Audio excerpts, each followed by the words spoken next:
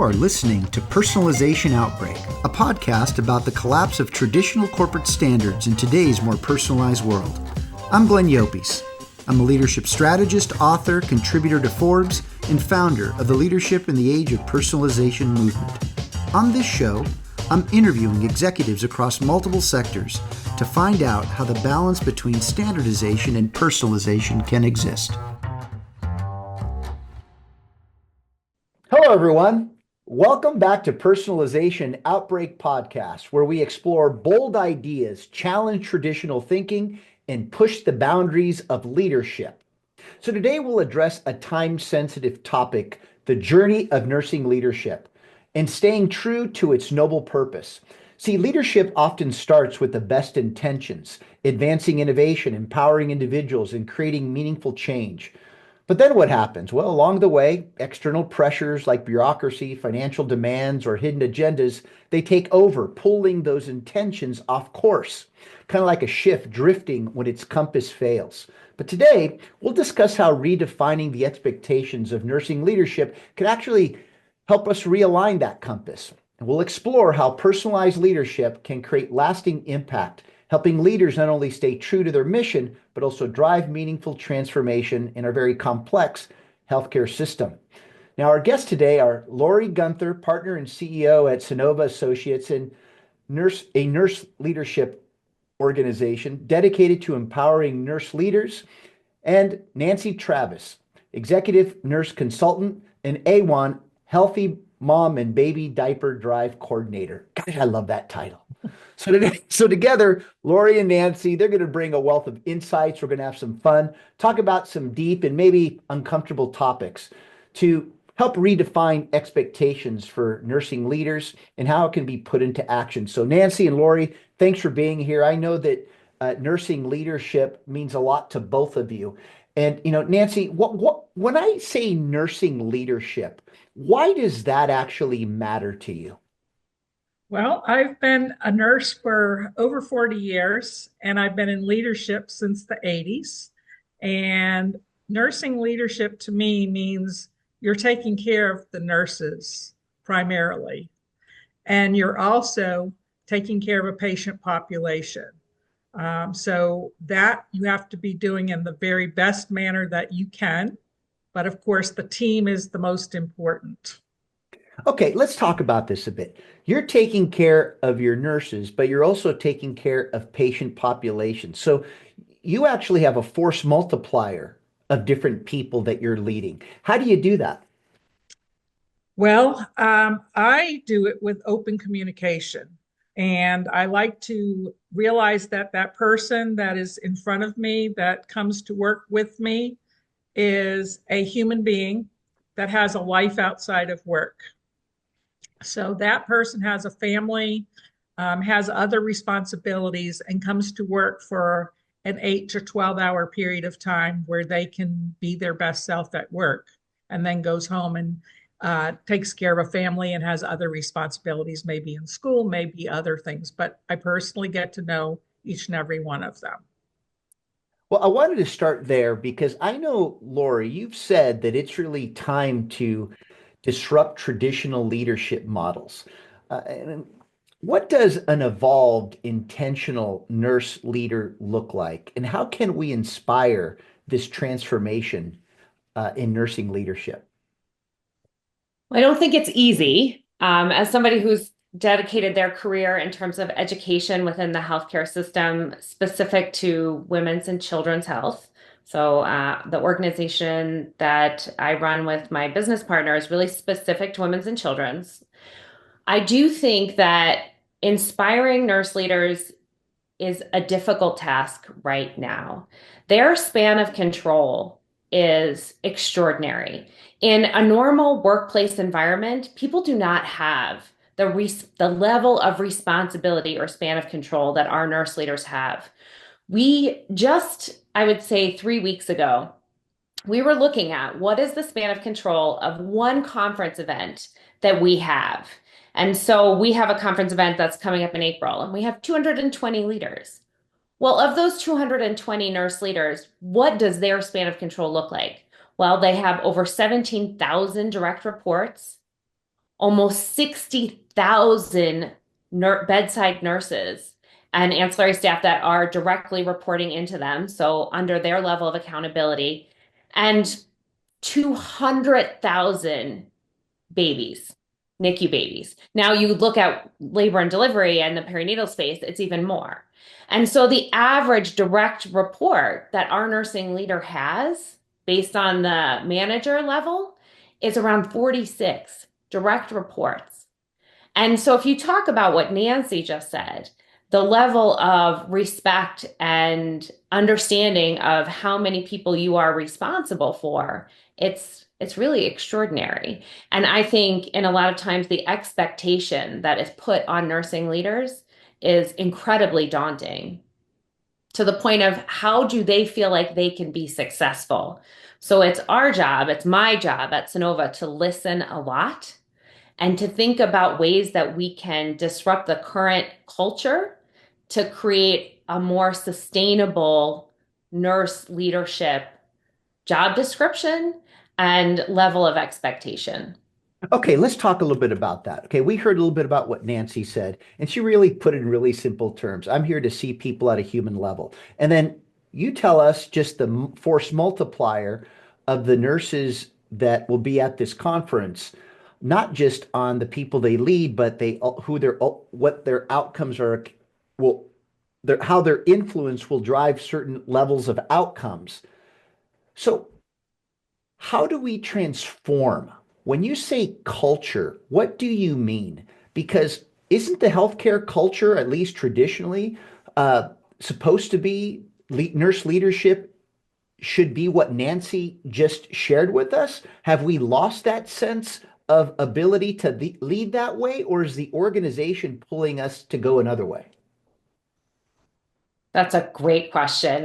Nancy, do you want to answer that first? I would say the organizations are going another way, where a lot of it is based on finances and regulation, so that the nurse leader always has something else on her back or his back. They are always trying to do the right thing for one group, and they're kind of stuck in the middle because the other group that's above them is coming down and saying, wait, wait, wait, you can't do that. You can't add another nurse to make it a safe patient assignment because we can't afford to pay them, or you're going way over budget.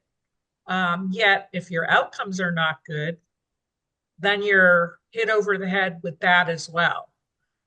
So that the nurse leaders are walking a tightrope, that they're trying to please the people that report to them, as well as their bosses and the organization at the top of them. So they are, I call it monkey in the middle. So you're right there, and you can't please anybody. And most of the time, you take on those stressors yourself because you don't want to share them with your team too much, because then they'll leave. If you can't make it safe for them to provide patient care, they don't want to be there anymore. And then the nurse leader is again beat up because her staff is leaving her or him. And it's just a never ending cycle. Thank you for that, Nancy. About a week ago, I had a discussion with a chief strategy officer for a healthcare system. And they asked me this question. They said, Glenn, how can we personalize leadership in an industry that is heavily regulated? And I gave that person an opportunity to think about that question again. They said, that's my question. What do you have for me? I said, where in those regulations does it say that you have to treat people a certain way? It doesn't. So what I heard from you, Nancy, is that we're not always so upfront in sharing what we really feel or really think when those, let's just say, mandates are put on us to deliver something that may be completely unrealistic for us to deliver. And then, like you said, when the quality outcome isn't there, then what happens? So, doesn't this take us back to something that Lori mentioned prior to us going live? That how can we start being real about the things that we're really thinking as nurse leaders? Lori, you want to give that a shot? Yeah, I think that's essential to the quality and safety and the care of the patient and how the patients are being cared for, but also the environment that our nurse leaders or any nurse or any healthcare worker is being asked to work in. And so there is this feeling of retaliation that could happen. I need this job. If I speak my mind and say that, we're staffing unsafely or that something I'm seeing, they should feel as though they can report and speak openly, honestly, and freely about what they think their units and their teams need to have the best patient outcomes, but also the best work environment. And I don't think that we are living right now in a time where nurse leaders feel they can be transparent. We teach them to be authentic. We teach them to be authentic in their mission, vision, and values, that each nurse leader has a certain mission, vision, and values, and they don't always come and, are the same. Of course not. We're all different people with different experiences. But at the end of the day, they should feel like they can speak up. And if they do speak up, are they in a protected space? And I would say right now, no, they don't feel that way. So let me come back to you, Nancy. How does having a strong support system, enhance a leader's ability to stay true to their purpose, especially in nursing leadership? Can you share an example from your own experiences? Yes, I can. Thank you for that question because that is very important to me. And I think that being very active in my professional organization, as well as in organizations like Sunova, I've been able to get a network around me that is not in my own facility, but outside of my facility that I can pick up the phone at any time and run an idea by another nurse leader and say, am I way off course here? Is this something that have you seen this before? Is this something that you would do? Do you think I should move forward with this idea? And it really does help to get someone that's outside of the organization that might be in a similar organization or something completely different to give you strength that you're bringing your authentic self forward and that you're not crazy. Because sometimes we have ideas and we think, well, this is a great idea. And you run it by some people in your team and they may think it's a great idea too, but yet you want to be safe and you want to make sure that you're not way off base. And that's what organizations like Sunova and like my nursing professional organization have done for me. So thank you, Nancy. So Lori, I mean, Sonova, in essence, I mean, well, I'm going to take a shot at this, and you can course correct me. But I know it's for nurse leaders in helping them become more authentic. But are you finding that it's really becoming more and more of a support group for nurse leaders that maybe don't have the opportunity to discuss what they're really thinking in their work, to discuss it within this community that you've built? So I would say not a support group. And this group, Sunova, outlives me quite far. So 30 years, this group has been meeting as a think tank. And we were started by industry. And really the idea was behind, industry wanted to bring nurse leaders together to generate, innovation, ideas, creativity, all the things that drive nurse leaders. They want to be creative. They don't want to be held in the box. They're problem solvers. They're passionate about what they do. For most nurses, they don't come to this as just a job. This is a calling. It is a career. It is a passion. Yeah. They always have a why. If you want to be inspired, ask a nurse leader why they are still in nursing leadership. And they have amazing answers. So for us, I'm a crisis counselor by training. I am not a nurse, but I've been in this field for over 20 years. And what I would say that Sunova does is create a community-based learning approach. There's not competition within Sunova. You come in and we basically break you down by job role and function. We give you a moderator and an expert. We listen. We expose you to industry experts that can change the technology that is maybe causing frustration, or you have an idea and you want it better for patient outcomes, or acuity, for example, or productivity, what models need to be created, what innovative companies are working on those. And we create that community-based learning approach. What is fascinating about what happens, which is my favorite time of the year, is when we put them together and I sit back and I just moderate or listen to what they wish they had or could have to make healthcare better.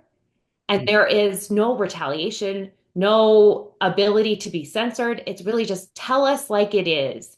And what can we collectively as a grassroots organization do to make that happen? And then we partner with the bigger associations to ensure that that message and that advocacy is being led down a path there where our nurses feel safe and comfortable. What are some of those big topics? Well, right now, women's reproductive rights it's huge. It is how can they work together state by state by state? If you are in Idaho, for example, how are you working with other nurse leaders in Washington, Colorado, Nevada, California, Montana, to really ensure that your patients are getting the best care possible in women's health? That's a big one. AI, how the integration of AI is coming in and changing and revolutionizing healthcare, and how do we keep up with it and understand it, not be afraid of it. I would also say quality and safety right now, the quality and safety of the care that's being given and the safety of the work environments is paramount. How about work well-being? Did that come up? Certainly. Certainly. We developed, Nancy was part of this group, an advanced nurse leader certification.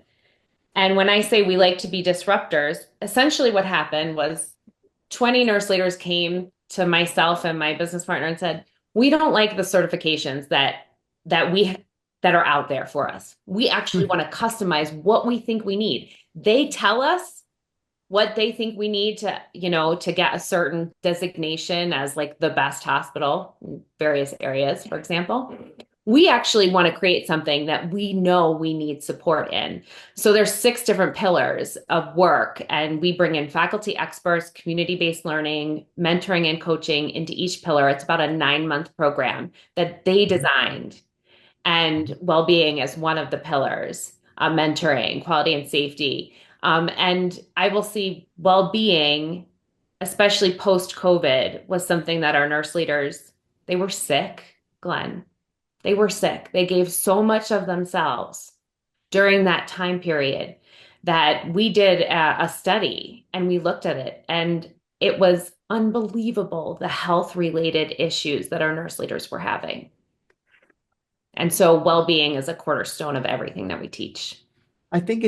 Thank you, Lori. And I think you said something here that I want to just take a moment and dissect a little bit.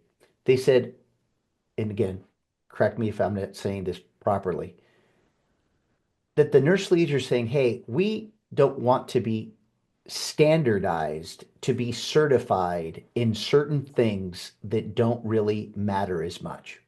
We want to create other certifications based on how new realities have emerged into the things that might impact us or create new opportunities for us in our day-to-day. Yeah. You see, is that a decent reframing? And the reason I'm going here is that what happens, and again, this is why organizations like yours exist, we keep doing the same things over and over. No one challenges enough. Oh, wait a second. That reminds me of what you guys said earlier. When the regulations come down, when we're getting beaten over the head to do more and more and more, and then we're told that the outcomes aren't good enough. You see the influence and opportunity that nurse leaders have here? You could either change the conversation or we get deeper, we fall into a deeper state of suppression because we're not given the opportunity to unleash what matters to us. Commentary, Nancy? I agree with what you said. And going back to this certification that was developed by nurses, it allowed us to put into a certification program what we needed. And because of that, there is not a test at the end, but it is how that nurse leader has taken all the information, synthesized it, and made it her or his own to make it meaningful for that person. And they leave with a roadmap of how to put a leadership model that the nurse has chosen into practice. So it is the whole roadmap, not leaving out the wellness, because these nurse leaders need wellness. We are told from day one of leadership at most places, the majority of places, that we are 24/7 accountable to our job. And if we can't do that, then we're not doing our job. And it makes the nurse leaders feel guilty about taking time off. It is not healthy, and no one can keep that up. And, they hoard their paid time off because they're afraid if they take time off, they still are logging into their computer. They're still checking on their team. They're still checking on physician calls or calling in. Their 50 bajillion emails are still coming that need to be answered that immediately. So we have to be disruptors, and we have to make it so it's better for people that are coming up behind us, or no one's going to want to do it. Well, and I think this where Lori comes in because, I mean, Lori, you said the same thing. I mean, nurse leaders carry this 24/7 level of accountability. But how does this constant responsibility actually impact their leadership style? So this is a big touch point for me. I feel really passionate that we as an industry have to change the language. Language is meaningful. And whoever put that 24/7 level of accountability in a job description, right? In a job description that is in any nurse leadership position, and it says 24/7. So how is that actually obtainable? How is that and that's the expectation. That's not even I'm highly effective at my job. That is the base level, is that if I need you, I can reach you at any point in time, regardless of whatever else you have going on in your life. It is absolutely unacceptable that we put that level of pressure and accountability on one person. And most of the time, for example, if you don't have a co-manager or a co-director and you want to go out on vacation, who do you leave in place, right? Is there a standard protocol? Now, during COVID, they did a really great job of really understanding that maybe that language wasn't the best, and we need to have a call tree or an on-call system so that we could take that out and nurse leaders could leave and take time off. And we realized we couldn't lose anybody during that time, right? Yeah. But that's fallen back by the wayside, and it's still in job descriptions. And I want to say, in HR, anybody who's leading a healthcare system, is that really what you want in a job description for leaders, to say nothing else matters but this? And people have said to me, Lori, that's not really what it means. And I said, really? That's how it reads. That's how it reads. And unless we challenge the status quo, nothing's going to change. You nurse leaders, people at the bedside are going, I don't want Nancy's job. I don't want that job. That job looks terrible. Who would want that job? And we at Sunova feel like we want people to actually want to lead authentically, honestly, ethically. We want them, the right people in the right job at the right healthcare system. And if we do that, you have to change the language and the expectation, because it's not obtainable. And I had a person that just applied for a nurse manager job contact me last week, and we had the same discussion because she was told she's moving from an education role into a nurse manager role and was told with that, you have to be available at night, on weekends, on holidays, even though it's basically, in theory, a Monday through Friday position. And I said, no, you don't. No, you don't. And you're not able to do that. So we talked a little bit on how she could maintain herself and her whole self, as well as taking on this role, and how to set boundaries, which has become very, very important. Well, let's talk a little bit about boundaries. I mean, when someone feels that level of guilt for not, for feeling that they need to be there 24/7, for the unexpected demands that come their way. I mean, I've often said it's the nurse community that's really leading these institutions. Uh, what's at risk here? Lori? I can tell a personal story here, which I think is very I don't know how to say it. One of our nurse leaders, I met during COVID, and they had just had a cardiac issue in May of 2020. Went back to work, had worked there for 25 years, had spent 10 years in leadership.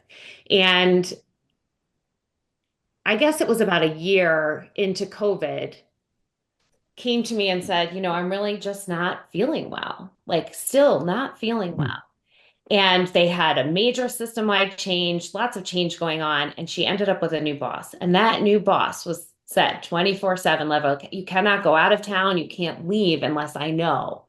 And the sheer fear of taking a day off or leaving early or anything ended up directly impacting her health to the point where she was wearing a Holter monitor. And we could see on the monitor that during her one-on-ones, her heart was not happy, right? What would go into atrial flutter. She was sick, had to leave that job and take a different job because the demands were so high, but really the guilt was so tremendous. Now you fast forward, this is 3 years later, and that same nurse leader cannot put in a PTO request without that trigger happening of saying, oh my gosh, and she is not alone.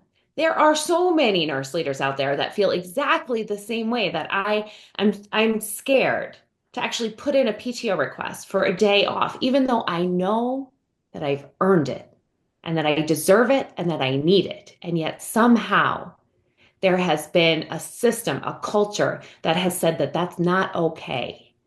That's not, even if you have a boss who says, take the time mentally, it feels like there is a roadblock. And I think it's because when you're hired into this role, we say, actually, you're 24/7 accountable. So DC, in my mind, those things don't match up. And if I do anything in my role as a CEO of a nurse leadership company, it is addressing that guilt, addressing the imposter syndrome, addressing the opportunity to say, we need to do things differently for the future of nursing and healthcare. And if we don't disrupt this process, it's just going to continue. Okay, let's jump on a couple of what can we start doing differently? Let's go tactically now. Let's get into the weeds. What can we do differently, Lori and Nancy? Let's start with you, Lori. I believe it starts at the top. I believe people who sit in the C-suite need to be doing rounding and talking openly and honestly to their leaders. Executive rounding is important. They need to hear and listen and create a safe space for their frontline leaders to tell them what they really think. And if they're not doing that, it is a huge missed opportunity. Nancy, do you have anything to add? Yep. On top of that, I think that the executive nurse or executive C-suite people need to come out of their office, do the rounding, and recognize those leaders for the good things that they're doing. You should not only hear the bad things, but if you're getting recognized more outside of your organization than inside of your organization, there's a problem. So the executive leaders need to know what their leadership team is working on. What are they doing to make a difference? And to, again, listening to us, knowing what's going on the individual units. It doesn't have to, I don't mean micromanaging. I mean just knowing at a sky level what's going on those units. And if they're doing something really great, tell them that's great. Nancy, again, you can pass on this one. Of course, I mean, you have the right to pass. But do you think C-suite leaders do you think that they really know the life of a nurse? Absolutely not. I don't think they know that those issues that we talked about before, Mhm. that their nurse leaders are feeling this 24/7 accountability and they feel like they can never take a break. I think that know they know the metrics. They know this unit is over budget. This unit is under budget. This unit is meeting metrics. This unit's not meeting metrics. But don't ever ask the why as to why those things are happening. The metric and not the people. Correct. And I think that's what you're saying. Mm-hmm. And this is where I wanted to shift the discussion because Lori, I mean, what drives nursing leaders to remain committed given that perhaps the top only sees them as a metric and not an individual? And again, and when you compound these challenges that we're discussing, how do you keep them committed? So interestingly enough, Glenn, after our last conversation, I went and did a survey and I asked our nurse leaders in our network, there's over 8,000 in women's and children's that are connected to us at Sunova. What keeps you in nursing leadership? Is it the compensation? Is it your Hmm. boss? Is it the patient care and outcomes? Or is it your team? Hmm. 65% said it's their team. It's their team. So they feel this incredible sense of responsibility to ensure that they are the voice of their team, and protect them. We think about the workplace safety and the violence that we're seeing within healthcare right now, which is extraordinary. And I'm a crisis counselor by training. And I can't imagine that if there was a safety event that was happening, that there wouldn't be a nurse leader who would run in, who would, that is what they would do. They would run in to ensure that their staff and their patients are protected. Their level of accountability to their teams is extraordinary. I've always said that nurses can teach the C-suite a thing or two about leadership. Um, why do you think that's the case, Nancy, given your deep expertise in this field? What is it that we can teach C-suite leaders about leadership? I think that caring part of it, and it might be nursing. I don't know because I've been a nurse for so long and I've wanted to be one pretty much my whole life. But that caring part of it is something that is so important. Courageous, caring human beings that are passionate about what they're doing. And even though I've left the hospital setting, I'm still passionate about the care that women and children and families receive and to make it better for them. And removing barriers so that, listening to the patient, listening to the nurses is how we get things better. I think I've gotten some of my best ideas on my unit. My unit was seen as one of those that was very progressive, and we were starting things sooner than everybody else. And that was because we listened actively to the families in our community. And being active in the community, you get feedback. I had it last night from a woman that is getting obstetrical care in a community close to me, but not my own community. And the things that she was being told were not correct. And I was able to help her and get her some ideas onto how to get a better experience for herself and her family. So these are, being able to point out, these are the people that can help you, knowing your community. And, this is what nursing leadership can teach that the C-suite. That's how to get out there in the community and know what those patients and families and your team wants. How about you, Lori? Thank you, Nancy. How about you, Lori? What else do you think nurse leaders can teach the C-suite? Well, I would say to listen. They have to listen. And one of the things that I think we model at Sunova is we have an executive advisory board of C-suite leaders. And at the end of a certification class that we run, it is up to our learners who are applying for the certification to present their project for innovation or change to our board. And the interesting thing that happens when it's one of our favorite things to do, our board loves it. And they're like, oh my God, we had no idea that there's still breast milk errors happening like at this capacity or banding issues with babies, safety. Like these very things that should have been solved 15 or 20 years ago are still happening at safety events.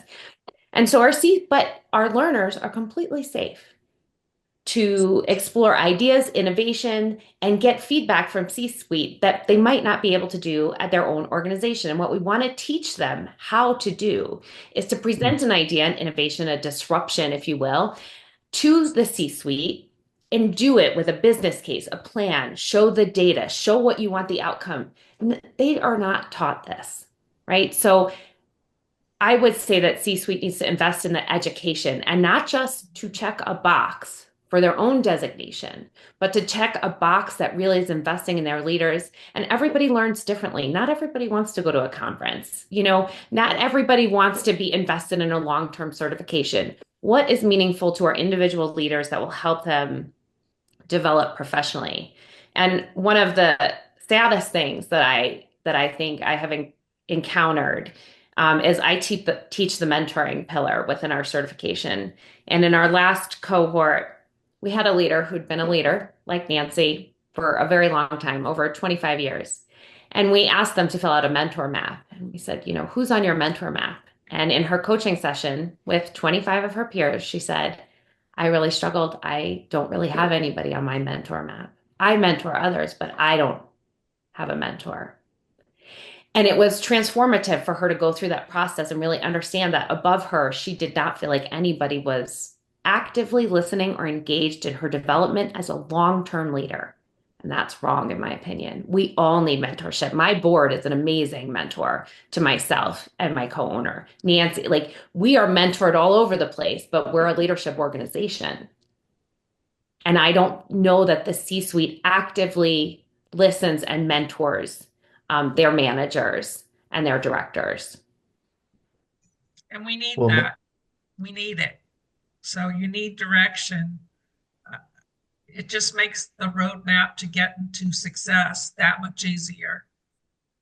And I think too, if I can say that we have a tremendous group of C-suite leaders who do actively engage and invest, and they are there, they are out there, and people don't leave them, right? They will move, they will travel over an hour to go. If they see that there is a CNO or a COO or a CEO that is valuing their role and what they have to say, they will make it happen to work for that person. Mm-hmm. But what we need to do is ensure that our C-suite is echoing the values of what the new nurse leadership needs are. And they are? They're out there. I'm not. No. What are the values? What are those values you want the C-suite to echo? What about what nursing leaders value? Well, they value a safe work environment. They value consistency. They value education. They value a career path. They value a safe and equitable work environment for both themselves, their team, and the patients they care for. That last one is so important. A safe and equitable work environment. I mean, who wouldn't want that, right? And we can say that and put it on our strategic plan and brand it underneath, the company's or the system's name. But what does that really look like when you dive down into it? It means that nurse leaders should feel confident and competent to say when they see something wrong, to speak up, that they shouldn't be silenced. Now, I'm not saying that there's a free-for-all there, right? people have to be thoughtful. They have to present the data. They have to be able to show what they're seeing and where the events are happening. Um, and I would say lead with intention. You know, as we wrap this up, I'm going to try to do my best to recap this. That hierarchy is getting in the way of progress. That what organizations like yours is doing, Lori, is not just empowering nurse leaders, but teaching them how to really be a leader at the enterprise level, not just at the nursing level, because everything has had a box historically. And I think we've reached a point where the nursing box is not the box that it used to be. And it's evolved a lot faster than many C-suite leaders have. Why? Because as a mentor told me many, many years ago, our job as leaders is to touch the business just as much as you lead it. And this is what nursing leaders do and nurses do every single day. They actually touch our patients, our communities actively. And that's how institutions actually grow and evolve, by what happens on the front lines. And I know we've talked about this, and I know there are shared governance councils now, and we're moving in that direction. But this has to happen with speed. And this requires nurse leaders, as I see it, to be the catalyst for change. We can't let our assumptions that C-suite leaders have all the answers, because I will tell you in my work with them every day, they don't, and they're looking for them. But instead of looking for them amongst their peers, look for them with the people that are actually touching the business every day. That's what I'm taking away from this. Do you have any closing comments before we close the show, Nancy? No, thank you for inviting us to do this. This was wonderful. And to all those that are rising stars that want to be in this space, don't be afraid. There are people out here that want to help you and to make things better. So, being a nurse leader is a wonderful gift and a legacy that you leave for others. So it's a great thing, and don't ever lose touch of touching those lives that you touch. And you know what, Nancy, as I heard you, I actually think that this is the most opportunistic time to be a nurse because things are moving and changing so fast. They have the opportunity to help reinvent it. That's true. They have the opportunity to reinvent it. So, what a great opportunity to come and be a nurse leader and to pursue a nursing career, knowing that you're the ones that are going to change the industry, because we need you that badly, because patients are changing, uh, healthcare is changing, cures are changing. Everything around us is changing, and therefore the methods in which we care for patients and the outcomes that we could expect are going to be driven by the new nurses that come into the industry. So I appreciate you encouraging that, Nancy. And today is a Oh, special day for me because my granddaughter started her very first nursing job in an NICU in town. So for her, awesome. I wish the very best career that she's has a successful career as I have had. I'm sure she will. And Lori, your final comments. So I would say, I was raised by a nurse leader. I'm married to a nurse leader. I'm surrounded by nurse leaders, and they are the most inspiring group of people I have ever met. And for me to do this type of work, it's truly an honor. But if I had a call to action, it would really be for our C-suite leaders to look and to listen and hear so that we can have the allowable disruptors come in and say, I think this needs to change. I think we can do this. Allow that level of creativity. On Wednesday afternoons, I go and I'm a cuddler in the NICU. And as the CEO of a nurse leadership company, to go and spend 4 hours of my week every Wednesday morning and just sit and hold babies and listen and learn, I have learned so much that has changed in the 20 years that I've been in this industry just by sitting in the unit and listening to the passion, the power, and the creativity that can happen at the bedside. And so I would say, do as I've done. Like I was feeling like I lost touch. And so we have to actually make an intention to go back and listen and learn from the people who are driving the care today. And that's when I think we will be inspired for change.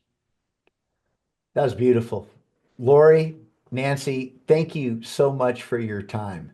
And as I end every show, when you lead in the age of personalization, you will see things that others don't, do what others won't, and keep pushing when prudence says quit. Thank you guys. Greatly appreciate your time and your insights. Thanks for listening to Personalization Outbreak. Make sure to subscribe so you never miss a show. If you enjoyed the content, visit ageofpersonalization.com to check out our free streaming video series and learn how to get involved in the movement. I'm Glenn Llopis. I wish you a good day, and remember, without strategy, change is merely substitution, not evolution.